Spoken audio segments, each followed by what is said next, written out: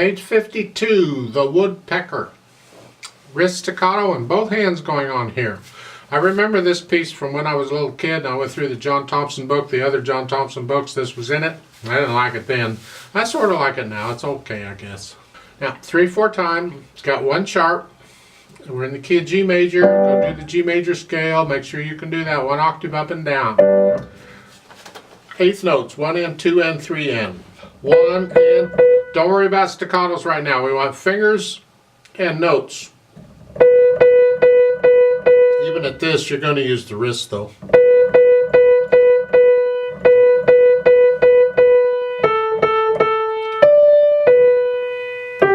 That's about what it is. Go over to page 53, second line. C sharp here. And then a C natural, and back to what you were doing before. That's really all it is in the right hand. Left hand has the accompanying chords here. 5/7 chord, the G. Then at the top of page 53, you get the broken chord. They're all broken chords, it's just different patterns. I'm shifting weight from finger to finger here. I'm not holding still and trying to use the fingers to do this. I'm transferring weight from finger to finger. It's a very slight motion. You can hardly see it. You just, whatever the wrist does, it does. I don't worry about the wrist here. I'm transferring weight from finger to finger. Third measure there, it's an A. The second line there in the last two measures, C sharp. And then we're back to here. Last two measures at the bottom here. Kind of hard, but you'll get it. You lower the hand for the... Then try putting the hands together.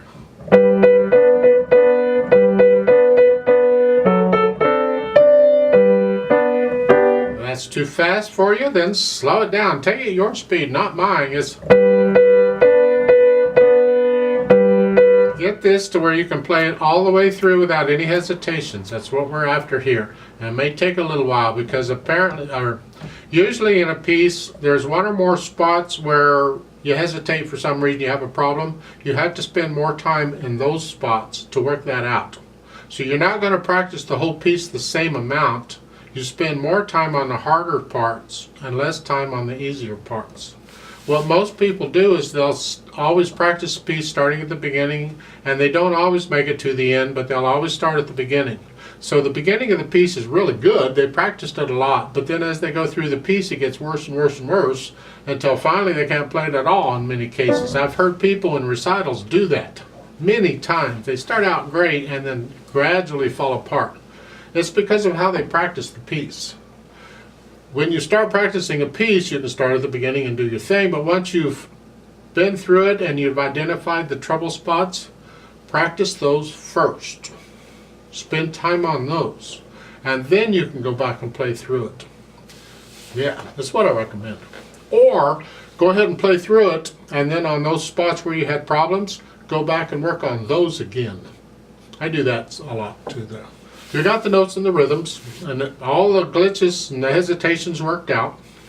Now we can add the articulation. This staccato here, it's a light, short staccato.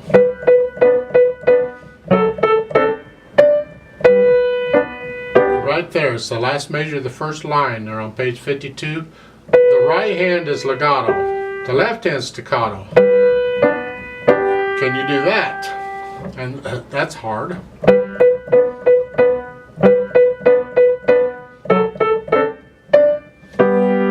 Now at the top of page 53, the left hand is legato, connect them. It's not staccato. The right hand is staccato. So now you're doing one thing in one hand and something else in another, and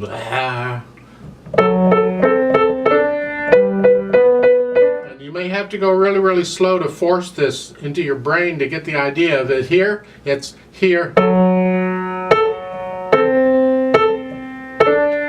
Whatever it takes to get that feeling of staccato in one and legato in the other. It's different for everybody, so.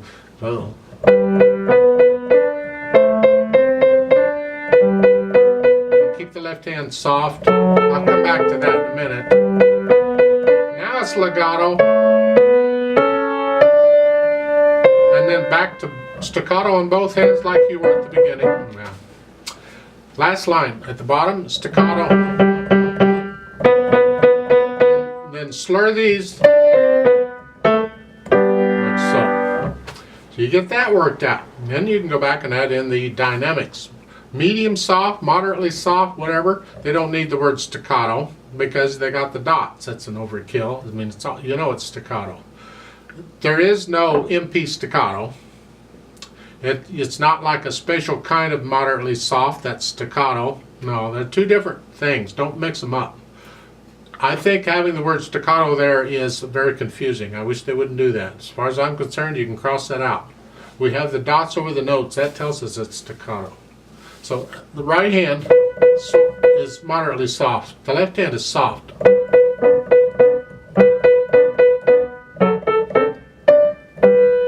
You keep that way for the most part throughout the whole piece until the end, page 53 at the bottom. You're going to crescendo up to a loud. And I suggest you go ahead and crescendo through both measures. So this soft, this is medium loud, now the loud. End. You got to get to know the piece. That means you got to speed it up a little bit. Because it's Marat, I don't know what Marat, that's a range. How fast? It's not. It's in the middle, not fast or slow. 2, 3.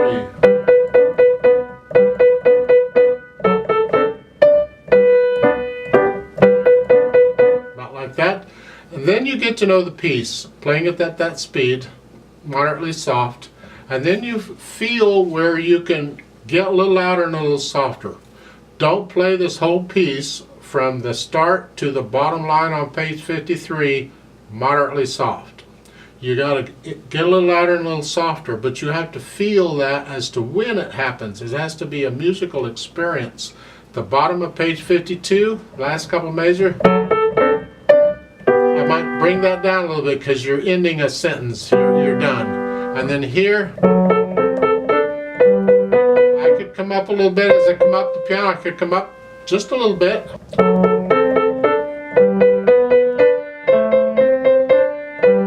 back down. And then maybe this is more of a moderately loud. And then come back down to moderately soft. So I kind of got a little louder in there. You just don't play it all the same. Well, but you got to get to know the piece so you can feel it first. There's one little thing you have to watch out for, as it has to do with the piano. When you play, like at the top of page 53, when you play one hand legato and the other staccato, the tendency is you're going to play the legato louder. And it's going to overpower it. That legato has to be super soft, so make it a point to keep it way soft so we can hear these. Careful on that. Just at the end of the first line on page 52, you have here. That note is not staccato, so you're done, and then you lift up. So be careful there. The tendency is to play it staccato. Don't. Let's play it together very slowly. I'm not going to do the dynamics. We're just doing notes, rhythms, and articulation here. I'll give us 3 counts. 1 and ready and go and.